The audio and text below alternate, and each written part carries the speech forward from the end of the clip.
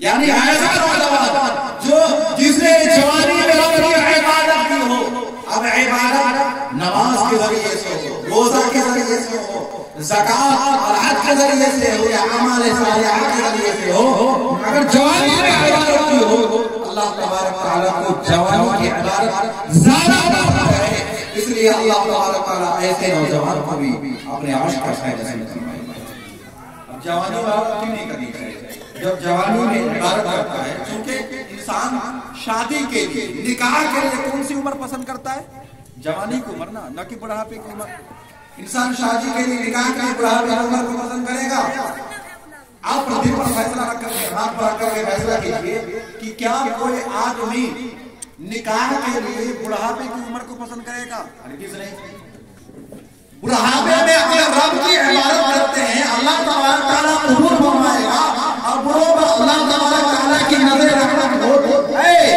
لیکن اس کا یہ مطلب نہیں ہے کہ بوڑھے کی عبادت نہیں کرتا. اللہ تعالیٰ بوڑھے کی عبادت کو پسند تو کرتا ہے, لیکن اگر نوجوان جن کو خواہشات بھی تباہتی ہے, جن کو خواہشات بھی ستاتی ہے, اور زندگی کے طرح طرح کی چیزیں بھی ستاتی ہے, اور اس کے باوجود ان تمام چیزوں کو, اپنے نفس کو, اپنے خواہشات کو مار کر کے رب کی عبادت کرتا ہے, اللہ تبارک تعالیٰ قیامت کے دن ایسے آدمی کو عرش کا سایہ نصیب فرمائے. سبحان اللہ.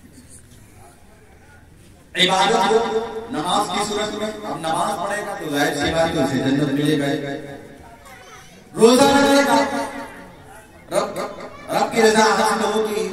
اللہ تبارک تعالیٰ نے روزہ کے بارے میں فرمایا الصوم لی وصی بھی, کہ روزہ میرے لیے ہے, میں خود اس کا بدلہ عطا کروں گا. تو کتنی بڑی عبادت ہے روزہ. نماز کتنی بڑی عبادت ہے. نماز کے بارے میں اللہ کے نبی صلی اللہ علیہ وسلم ارشاد فرماتے ہیں, حدیث پاک کا مفہوم ہے کہ جس نے 40 صبح یعنی 40 دن تک لگاتار عبادت کر لی, رب تعالیٰ کی عبادت کی, اللہ تبارک تعالیٰ اس سے 2 برابروں سے بری فرما دے گا. 2 چیزوں سے بری فرما دے گا, نفاق سے اور دوزخ کی آگ سے. یعنی ان سے جہنم سے آزادی کا پروانہ لکھ دے گا. نفاق اس کے دل میں کبھی بھی نفاق نہیں آئے گا, وہ شخص منافق نہیں ہوگا جس نے 40 صبح لگاتار رب کی عبادت کر لی, یعنی لگاتار نماز پڑھ لی. تو نماز کی یہ مرتبہ ہے, یہ فضائل ہے. اور روزہ جب رکھتے ہیں اللہ کے نبی فرماتے ہیں کہ روزہ میرے لیے ہے, میں خود اس کا بدلہ ادا کروں گا. بلکہ ایک حدیث پاک میں آیا ہے کہ روزہ قیامت کے دن جب بندے کی سفارش کرے گا, تو جس نے جوانی میں عبادت کی ہو تو وہ روزہ رکھے گا, اے ربی انی منعتہ الطعام بالنہار, اے رب میں نے اس بندے کو دن میں کھانے پینے نہیں دیا تھا, نفسانی خواہشات سے روکے رکھا تھا, فشربنی فی, اس کے بارے میں میری سفارش قبول فرما لیجیے. اللہ کے نبی فرماتے ہیں کہ روزے کی سفارش قبول فرما لیجیے. تو روزہ صاحب نوجوان بندہ رکھے یا بچہ رکھے یا بوڑھا رکھے, روزہ تو سفارش کرے گا ہی, لیکن جو جوانی میں ہے روزہ رکھے گا, جوانی میں رب کی عبادت کرے گا, تو اس کو اللہ تبارک تعالیٰ اپنے عرش کا سایہ نصیب فرمائے گا. جب انسان کو جب سایہ نہ ملے گا, انسان چٹیل میدان میں جا کر کے سفر کرتا رہے اور دھوبی دھوپ کو سفر کرتا رہے, سفر کے بارے تھک جائے, ماتھے سے بدن سے پسینہ آ جائے, بالکل تھکا پانتا ہو, ایسے انسان کو سائے کی کس طرح تلاش جستجو ہوگی, کس طرح وہ سائے کے لیے تڑپے گا. تو غور کرنی چاہیے کہ کل قیامت کے دن جب سایہ آ ہوگا, اگر یہ ایسی بات ہمارے اندر پیدا ہو جائے کہ ہم جوانی میں عبادت کرنے والے بن جائے, اللہ تبارک تعالیٰ اپنے عرش کا سایہ نصیب فرمائے. سبحان اللہ. یہ 2 قسم کے لوگ ہوئے. اب تیسرے قسم کے لوگ ہوئے ورجل قلبه معلق فی المساجد, کہ ایسا آدمی جس کا دل مسجد میں لٹکا ہو, وہ گھر پہ ہو لیکن ہر وقت مسجد کا خیال کہ کب آزاد ہو تو مسجد میں چلے جائے, فوراً کوئی کام ہوا فوراً مسجد میں چلے گئے, یعنی ہر وقت دل مسجد میں لگا رہے, مسجد کی طرف دھیان رہے. اللہ تبارک تعالیٰ کو قیامت کے دن ایسے آدمی کو اپنے عرش کا سایہ. سبحان اللہ. اب مسجد کے بارے میں کتنی بڑی فضیلت، اس لیے کہ اللہ تبارک تعالیٰ کو سب سے محبوب جگہ، سب سے پسندیدہ جگہ اگر کوئی ہے تو وہ مسجد ہے۔ احب البلاد الی اللہ المساجدها، کہ اللہ تبارک تعالیٰ کے نزدیک سب سے پسندیدہ اگر جگہ کوئی ہے تو وہ مسجد ہے۔ وَأَبْغَضُ الْبِلَادِ إِلَى اللَّهِ أَسْوَاقُهَا، اور سب سے ناپسندیدہ جگہ اگر کوئی ہے وہ بازار ہے۔ بازار کیا ہے؟ ضرورت ہے جائیے، ضرورت ہے کسی چیز کی، ضرورت کو فوراً مکمل کیجیے، فوراً اپنے گھر آئیے۔ اس لیے کہا گیا کہ بازار جو شیطانوں کی جگہ ہے، اس لیے کہ مختلف طرح کے لوگ ملتے ہیں، مختلف قسم کے تہذیب کے لوگ ملتے ہیں، اور مختلف طرح کے لوگ کپڑا پہن کر کے آتے ہیں، بدنگاہی ہوتی ہے، طرح طرح کے لوگ آتے ہیں، ہے نا؟ تو اس لیے فرمایا گیا کہ اللہ تبارک تعالیٰ کو کہ نزدیک سب سے ناپسندیدہ جگہ اگر کوئی ہے وہ بازار ہے، اور سب سے محبوب جگہ اگر کوئی ہے وہ مسجد ہے۔ اس لیے مسجد میں جایا کرے۔ مسجد جنت کی کیاری مسجد کیا ہے؟ کیاری ہے۔ جب تک آپ مسجد میں رہتے ہیں اس وقت آپ جنت کی کیاریوں میں بیٹھے رہتے ہیں۔ اس لیے کہ قیامت کے دن اللہ تبارک تعالیٰ مسجد کو اٹھا لے، دنیا کی تمام چیزوں کو فنا کر دے گا، آسمان زمین سب ٹوٹ جائیں گے، لیکن جو مسجد کی جگہ ہوگی اللہ تبارک تعالیٰ اس کو اٹھا لے گا، اس کو اپنی حفظ و امان میں رکھ لے گا مسجد کی جگہ میں۔ اس لیے وَرَجُلٌ قَلْبُهُ مُعَلَّقٌ فِي الْمَسَاجِدِ، کہ ایسا آدمی جس کا دل ہر وقت مسجد میں لٹکا ہوا ہو، ایسے آدمی کو اللہ تبارک تعالیٰ نے عرش کا شہر ہے۔ تین قسم کے لوگ ہم چوتھے قسم کے لوگ وَرَجُلَانِ تَحَابَّا فِي اللَّهِ اجْتَمَعَا عَلَيْهِ وَتَفَرَّقَا عَلَيْهِ، کہ ایسے دو آدمی جس نے دوستی بھی کی ہو تو اللہ کے لیے اور دشمنی بھی کی ہو تو اللہ کے لیے، یعنی دشمنی اور دوستی میں اللہ کی رضا رکھنا ہو۔ ہم آپ ایک دوسرے سے دشمنی کرتے ہیں یا دوستی کرتے ہیں تو اپنے نفس کے لیے کرتے ہیں، ارے وہ اس نے میری زمین ہڑپ لی، یا مجھ سے یہ کر لیا، یا فلاں کام فلاں بات ایسی ہو گئی، ناگواری والی بات ہو گئی جس کی بنا پر آپس میں ایک دوسرے سے دشمنی کرتے ہیں۔ تو یہ دشمنی جو ہے دراصل اپنے نفس کے لیے ہوتا ہے، شیطان کے بہکاوے میں ہوتا ہے۔ اس دشمنی سے تو الٹا ہمیں عذاب ملے گا، بلکہ دوستی بھی کرنا ہے تو اللہ تبارک تعالیٰ کی رضا کے لیے کرنا ہے، اور دشمنی بھی کرنا ہے تو اللہ تبارک تعالیٰ کے لیے رضا کے لیے کرنا ہے۔ اگر ایسا وصف ہمارے اندر پیدا ہو جائے تو کل قیامت میں اللہ تبارک تعالیٰ عرش کا شہر ہے۔ میں ایک مثال کہ کیسی دوستی کیسی دشمنی۔ مثال کے طور پر آپ کا کوئی پڑوسی کوئی گناہ کا کام کر رہا ہے، یا کوئی ایسی نازیبا نامناسب حرکت کر رہا ہے جس سے آپ کو تکلیف ہوتی ہے اور اہل محلہ اس میں گرفتار ہوتا ہے، تو آپ جائیں اسے سمجھانے کے باوجود وہ نہیں مانتا ہے تو آپ اس سے اپنے دل میں دشمنی رکھ لیے یا اس سے علیحدگی اختیار کر لیے، تو یہ اپنے نفس کے لیے نہیں ہوگا بلکہ اللہ کی رضا کے لیے ہوگا، اللہ کی رضا کے لیے ہوگا۔ تو ایسی دشمنی جو ہے اللہ کی رضا کے لیے ہے، لہذا ایسی دشمنی جو ہے کل قیامت میں عرش کا شہر ہے۔ لیکن مسلمانوں میں کیا ہے کہ دشمنی بھی ایسا نہیں کرنا ہے، دوستی اور دشمنی جو ہے مسلمانوں میں تھوڑی سی بات پر جو دشمنی نہیں کرنا، بلکہ حدیث پاک میں آیا ہے کہ جو انسان کسی بھائی سے لڑائی کر لے اور 3 دن تک سلام کلام نہ کرے تو انسان کا شمار کافروں میں ہونے لگتا ہے۔ انسان کا شمار کس میں ہونے لگتا ہے؟ اس لیے 3 دن آنے سے پہلے اپنے بھائی سے کیا ہے اور سلام کلام کر لے۔ اور حدیث پاک میں یہاں تک آیا ہے، حدیث پاک کا مفہوم ہے کہ جب 2 بھائی میں لڑائی ہو یا 2 مسلمان بھائی میں لڑائی ہو، اور جو سب سے پہلے سلام کرنے میں یا بات کرنے میں یا اتفاق کرنے میں پہل کرے گا اللہ تبارک تعالیٰ اسے پہلے جنت عطا فرمائے گا۔ اس لیے یہ چوتھا آدمی وہ ہے جس نے دوستی یا دشمنی اللہ کی رضا کے لیے کیا ہو، اپنے نفس کے لیے نہیں کیا ہو، قیامت میں اللہ تبارک تعالیٰ ایسے کے لیے اپنے عرش کا سایہ نصیب فرمائے گا۔ رب کے عرش کا سایہ نصیب مل جائے تو کیا بات ہے۔ اور پانچواں وہ آدمی ورجل دعته ذات منصب وجمال فقال اني اخاف الله کہ پانچواں وہ آدمی اس خوبی والا آدمی جس کو ذات والی منصب والی عورت اور خوبصورت عورت برائی کی طرف بلائے اور آدمی کہتے ہیں انی اخاف اللہ، مجھے اللہ کا ڈر ہے، اللہ سے ڈرتا ہوں، اللہ کے خوف کی وجہ سے وہ گناہ نہ کرتا۔ یعنی وہ آدمی جس نے یوسف علیہ السلام کی طرف آمر رہا ہو، کل قیامت میں ایسے آدمی کو بھی عرش کا سائن ہے، اللہ تبارک و تعالیٰ ایسے آدمی کو بھی عرش کا سائن ہے۔ یوسف علیہ السلام کی طرف پاک دامن مطلب کیا؟ حضرت زلیخا جس وقت حالت کلی میں تھی، حسن و جمال والی تھی، منصب والی تھی، اور حضرت یوسف علیہ السلام پر ان کا دل آ گیا، آپ یوسف علیہ السلام کے عاشق ہو گئے، اور زلیخا شوہر والی تھی لیکن ان کا شوہر نامرد تھا۔ وہ زلیخا نے یوسف علیہ السلام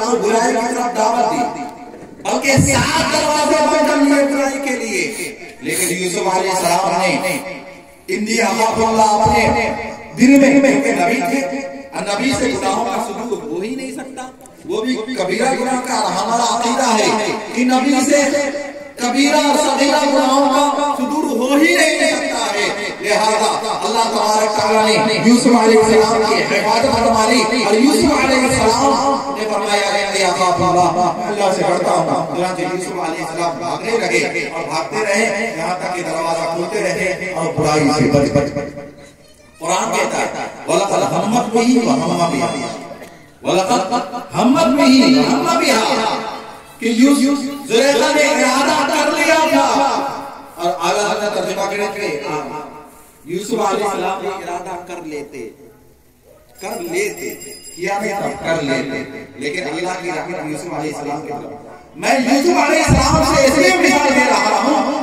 کہ زلیخا منصب والی تھی، خوبصورت عورت تھی، اور برائی کے لیے 7 دروازے بند کیے تھے، پھر بھی یوسف علیہ السلام پاک دامن رہے۔ آج بھی کوئی ایسا رہے گا کہ کوئی خوبصورت عورت اسے دعوت دے، اپنی جان بنائے اور اسے دعوت دے، اور دعوت دینے کے بعد وہ مرد کہتے ہیں کہ میں اس کام سے اللہ سے ڈرتا ہوں، میں اس کام سے اللہ سے ڈرتا ہوں، یا اس کا اپوزٹ یہ سمجھ لیجیے کہ کوئی مرد کسی عورت کو دعوت دے اور وہ عورت اس مرد سے کہے کہ میں اس کام کرنے سے اللہ سے ڈرتی ہوں، اللہ تبارک تعالیٰ ایسے آدمی کو تھا، وہ مرد والا عورت ایسے کو عرش کا سایہ دیا۔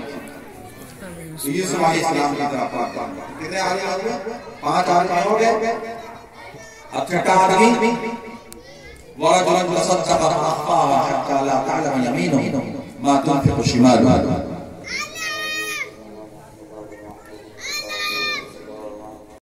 جس نے صدقہ کیا اور اس کو چھپا لیا، پوشیدہ طور پر صدقہ کیا اور اس کو چھپا لیا، یہاں تک کہ نہیں جانا بائیں ہاتھ کی دائیں ہاتھ میں کیا کیا۔ تو اس طرح پوشیدہ طور پر خرچ کیا، اور پوشیدہ خرچ کرنے کے باوجود بائیں ہاتھ میں نہیں جانا کہ دائیں ہاتھ میں کیا خرچ کیا، یا تبارک تعالیٰ اس کو بھی والے آدمی کو بھی آپ نصیب فرمائے۔ یعنی جو بھی عمل، اس سے 2 بات ثابت ہے کہ ہر وہ عمل وہی عمل اللہ تبارک تعالیٰ کے نزدیک مقبول ہے جو عمل اخلاص کے ساتھ کیا جائے اور درست کیا جائے، لیکن جس عمل میں اخلاص نہ ہو، ریاکاری ہو، دکھاوا ہو، وہ اللہ تبارک تعالیٰ کے نزدیک قابل قبول نہیں۔ اگر ہم صدقہ کریں یا نماز پڑھیں، حدیث پاک میں آیا ہے من صلی اللہ فقد اشرک ومن صام اللہ فقد اشرک ومن تصدق اللہ فقد اشرک، کہ جس نے دکھاوے کے لیے نماز پڑھا اس نے شرک کیا، جس نے دکھاوے کے لیے صدقہ کیا اس نے شرک کیا، اور جس نے دکھاوے کے لیے عمل میں کیا دکھاوا نہیں ہونا چاہیے۔ اس لیے نبی فرماتے ہیں کہ کل قیامت کے دن وہ بھی آدمی عرش کے سائے میں ہوگا جس نے پوشیدہ طور پر خرچ کیا، یہاں تک کہ بائیں ہاتھ میں نہیں جانا کہ دائیں ہاتھ میں کیا کیا۔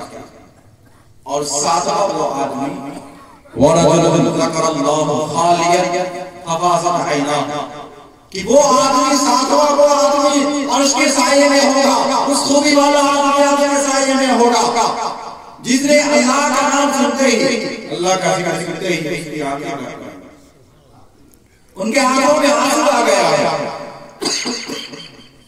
ایسے آدمی کو بھی اللہ تبارک تعالیٰ اپنے عرش کا سایہ نصیب فرمائے۔ تو یہ 7 قسم کے لوگ ہیں، یہ 7 خوبی والے لوگ ہیں۔ اگر یہ 7 خوبی میں سے کوئی بھی ایک خوبی کسی انسان کے اندر پیدا ہو جائے تو یقیناً قیامت کے دن اللہ تبارک تعالیٰ اپنے عرش کا سایہ نصیب فرمائے۔ لیکن یہ 7 ہی آدمی نہیں ہے، بلکہ حدیث میں اور بھی ہے۔ حدیث میں یہ بھی ہے کہ جس نے کسی کو قرض دیا اور قرض دینے کے بعد اس پر آسانی کری، اللہ تبارک تعالیٰ اسے بھی اپنے عرش کا سایہ نصیب فرمائے گا۔ بلکہ امام علامہ ابن حجر العسقلانی رحمۃ اللہ علیہ ان لوگوں کی فہرست بناتے ہیں، کتاب لکھتے ہیں، لمبا رسالہ ہے، اس میں فہرست بناتے ہیں کہ جس کو اللہ تبارک تعالیٰ اپنے عرش کا سایہ نصیب فرمائے گا، ان میں وہ ہے مجاہد فی سبیل اللہ کی مدد کرے، یعنی جو اللہ کے راستے میں جہاد کرے اس کی مدد کرے۔ پھر اس کے بعد قرض خواہ کو معاف کر دے، یعنی قرض جس کو دیتے ہیں اس کو معاف کر دے۔ پھر اس کے بعد حضور کی کوئی امت ہے اس کی پریشانی کو دور کر دے، صلہ رحمی کرے، اور بھی بہت ساری باتیں ہیں جس کو علامہ ابن حجر العسقلانی رحمۃ اللہ علیہ اپنی کتاب میں لکھتے ہیں، جن کو اللہ تبارک تعالیٰ عرش کا سایہ نصیب فرمائے۔ تو یہ 7 آدمی سے بھی زیادہ بھی ہے، بلکہ ایک حدیث پاک صراحۃ ارشاد ہے کہ 3 آدمی ہیں جن کو اللہ تبارک تعالیٰ اپنے عرش کا سایہ نصیب فرمائے۔ ادھر سے اس حدیث میں 7 آدمی کا ذکر آیا اور دوسری حدیث میں 3 آدمی کا ذکر آیا کہ وہ 3 آدمی جس کے اندر 3 خوبیاں ہیں، جس میں سے ایک خوبی پیدا ہو جائے اللہ تبارک تعالیٰ انہیں اپنے عرش کا سایہ نصیب فرمائے گا۔ وہ 3 آدمی کون ہیں؟ اللہ کے نبی فرماتے ہیں من فرج عن مکروب امتی، کہ اس آدمی کو اللہ تبارک تعالیٰ اپنے عرش کا سایہ نصیب فرمائے گا جو میری امت کے کسی کو پریشانی کو دور کر دے گا، یعنی میری امت کو پریشان ہو اس کی پریشانی کو دور کر دے گا، اللہ تبارک تعالیٰ اتنا خوش ہوگا اس آدمی سے کہ اسے اپنے عرش کا سایہ نصیب فرمائے گا، بشرطے کہ کلمہ طیبہ۔ اور دوسرا وہ آدمی اس حدیث پاک میں ہے من احیا سنتی، کہ جس نے میرے سنت کو زندہ کیا ہے۔ اب سنت حضور کی جو مٹنے والی اس کو زندہ کر دے، یا ہم شادی بیاہ کر کے یا دیگر اعمال کر کے ہم نبی کی سنت کو زندہ کریں تو اللہ کے نبی فرماتے ہیں کل قیامت میں ایسے آدمی کو عرش کا سایہ نصیب فرمائے۔ اور تیسرا وہ آدمی من اکثر الصلاۃ علیہ، کہ جس نے مجھ پر کثرت سے درود پڑھا ہو، تو گویا کہ کثرت سے درود پڑھنے والے کو بھی اللہ تعالیٰ اپنے عرش کا سایہ نصیب فرمائے گا۔ اس حدیث میں 3 آدمی کا ذکر ہے اور پچھلی حدیث جو بیان کی گئی اس میں 7 کا ذکر ہے۔ کتنے آدمی ہو گئے؟ 10۔ اور علامہ ابن حجر العسقلانی اور بھی زیادہ لکھتے ہیں کہ جس کو اللہ تبارک تعالیٰ اپنے عرش کا سایہ نصیب فرمائے۔ ایک صحابی ہے، اللہ کے نبی صلی اللہ علیہ وسلم کی بارگاہ میں آئے، اللہ کے نبی صلی اللہ علیہ وسلم نے پوچھا کیا بات ہے کہ تم غمگین نظر آ رہے ہیں، حزن و ملال کے آثار تمہارے چہرے پر نمایاں ہے۔ وہ صحابی کہتے ہیں یا رسول اللہ صلی اللہ علیہ وسلم، آج ہم لوگ آپ کی محفل سے مستفیض ہو رہے ہیں، آپ کی محفل میں بیٹھ بیٹھ کے آپ کی زیارت کر رہے ہیں، لیکن کل قیامت کے دن بڑے بڑے انبیاء کے ساتھ مقام پر فائز ہوں گے، اس وقت مجھے یہ کیسے توفیق نصیب ہوگی کہ میں آپ کی زیارت کروں گا، آپ کی محفل سے مستفیض ہوں گا۔ اللہ کے نبی صلی اللہ علیہ وسلم نے کچھ دیر کے بعد کچھ دیر خاموشی اختیار کر لی۔ جبریل علیہ السلام فوراً یہ آیت لے کر کے نازل ہوتے ہیں وَمَن يُطِعِ اللَّهَ وَالرَّسُولَ فَأُولَٰئِكَ مَعَ الَّذِينَ أَنْعَمَ اللَّهُ عَلَيْهِم مِّنَ النَّبِيِّينَ وَالصِّدِّيقِينَ وَالشُّهَدَاءِ وَالصَّالِحِينَ وَحَسُنَ أُولَٰئِكَ رَفِيقًا، کہ جو اللہ اس کے رسول کا حکم مانے گا اللہ تبارک تعالیٰ انہیں صرف انبیاء و صدیقین شہداء صالحین کے ساتھ قیامت کے دن رکھے گا۔ انبیاء صدیقین شہداء صالحین کے ساتھ وہ ہوگا، لیکن شرط ہے جو اللہ اس کے رسول کے حکم مانے گا۔ ایک صحابی ہیں اللہ کے نبی صلی اللہ علیہ وسلم سے عرض کیا یا رسول اللہ صلی اللہ علیہ وسلم قیامت کب آئے گی؟ قیامت کب آئے گی؟ اللہ کے نبی صلی اللہ علیہ وسلم ارشاد فرماتے ہیں کہ تم مجھ سے قیامت کے بارے میں پوچھ رہے ہو، کیا کہ ہم نے قیامت کی تیاری کر لی ہے؟ وہ صحابی فرماتے ہیں یا رسول اللہ میرے پاس نماز کا ذخیرہ نہیں، میرے پاس روزے کا ذخیرہ نہیں، میرے پاس اعمال صالحہ کا ذخیرہ نہیں، میرے پاس زکات اور حج کا ذخیرہ نہیں، لیکن آپ کی محبت میرے دل میں موجود ہے، آپ کی محبت میرے دل میں ہے۔ اللہ کے نبی فرماتے ہیں المرء مع من احب، کہ انسان کا حشر کل قیامت کے دن انسان اسی کے ساتھ اٹھایا جائے گا جس سے وہ محبت کرتا ہوگا۔ سبحان اللہ سبحان اللہ۔ تو جب ہم نبی سے محبت کرنے والے ہوں گے تو ضرور نبی کے ساتھ اٹھائے جائیں گے، نبی کے ساتھ اٹھائے جائیں گے۔ دوست نبی کی محبت سے دیکھیں، نبی کے محبت جو آپ نے دل میں بھر کے اور نبی کا ادب و احترام اور تعظیم و توقیر اپنے دل سے کیجئے۔ آج نبی کی گستاخیاں کی جا رہی ہے ہندوستان کے اندر یا ہندوستان کے باہر ہو، نبی کی گستاخی کی جا رہی ہے، نبی کے شان پہ بکواس کیا جا رہا ہے۔ اللہ کے نبی صلی اللہ علیہ وسلم ارشاد فرماتے ہیں، حضرت علی رضی اللہ تعالی عنہ سے روایت ہے کہ اللہ کے نبی صلی اللہ علیہ وسلم نے اپنے دست مبارک میں ایک بال لیتے ہوئے ارشاد فرمایا من عزا شعرا من شعری والجنة علیہ حرام، کہ جس نے میرے ایک بال کی بے ادبی کی، میرے ایک بال کی گستاخی کی، اللہ تبارک تعالی اس پر جنت حرام۔ تو نبی کی گستاخی کرنے سے یہ اعمال صالحہ، یہ نماز روزہ، یہ تمام چیزیں جو ہے باطل ہو جائیں گے، ختم ہو جائیں گے اور انسان کو احساس نہیں ہوگا۔ کل قیامت کا میدان ہوگا، نفسی کا عالم ہوگا، کوئی کسی کا اپنا عالم ہوگا، تو اس قیامت کے دن انسان کو شفیع کی تلاش ہوگی۔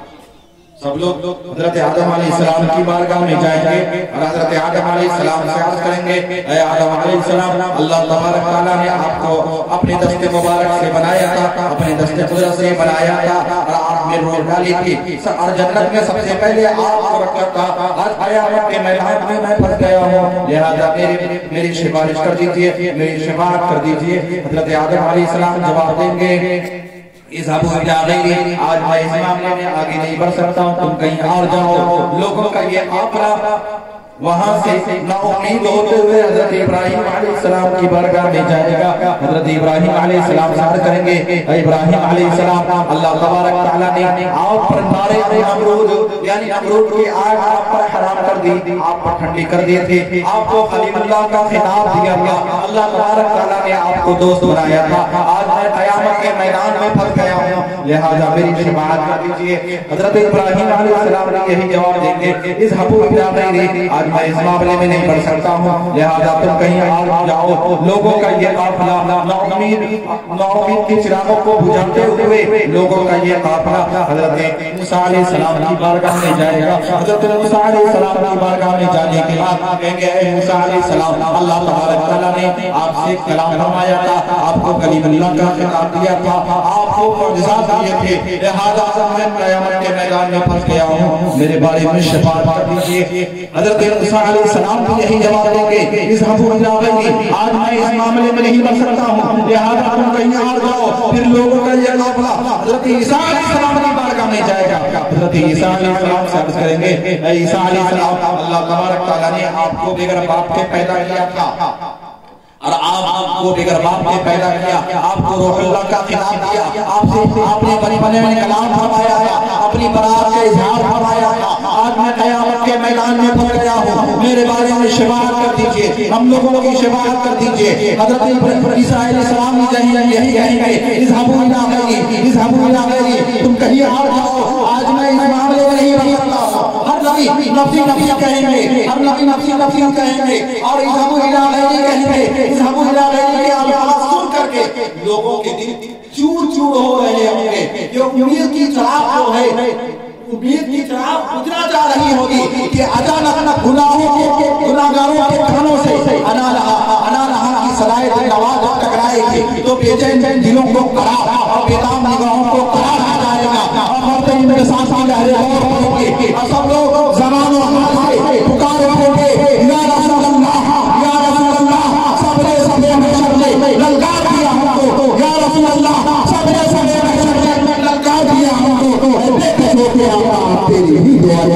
بے قصوں کے آیات تیری ہی تو سبحان اللہ سبحان اللہ. رب تعالیٰ کی بارگاہ میں اللہ کے نبی صلی اللہ علیہ وسلم ہماری آپ کی شفاعت کے لیے گناہگار والوں کی شفاعت کے لیے سجدہ ریز ہو جائیں گے. اللہ تعالیٰ ارشاد فرمائے گا یا محمد ارفع راسک سجدتی، اے محمد اپنا سر مبارک اٹھائیے، مانگے آپ کو دیا جائے گا، شفاعت کیجیے آپ کی شفاعت قبول کی جائے گی. اللہ کے نبی فرماتے ہیں یا رب امتی یا رب امتی، اے رب میرے امت کو بخش دینا، میرے امت کو بخش دینا. ہم گناہگار امت کی بخشش کریں گے. آج ہم اپنے قبول کا جائزہ لیں، کتنے نبی سے محبت کرنے والے ہیں. لہذا کل دربھنگہ میں احتجاجی جلوس نکل گیا، یعنی نبی کے شان میں جو اسلامی کی جا رہی تھی ہندوستان کے اندر، تو کل دربھنگہ میں احتجاجی جلوس نکل رہا ہے. غالباً حمیدیہ سے نکلے گا. لہذا اگر کسی کو وسعت ہو دربھنگہ میں شامل ہو، احتجاجی جلوس میں شامل، اللہ پاک ہم سب کو کہنے سننے سے زیادہ عمل کی توفیق عطا فرمائے. کہنے سننے میں جو بھی غلطیاں ہوں رب تعالیٰ کی بارگاہ میں سب کو حاضر و گواہ بنا کر کے توبہ استغفار کرتا ہوں. استغفر اللہ ربی من کل ذنب واتوب الیہ، لا الہ الا اللہ محمد رسول اللہ. سبھی لوگ لا الہ الا اللہ محمد رسول اللہ. الحمد للہ رب العالمین. السلام علیکم ورحمۃ اللہ.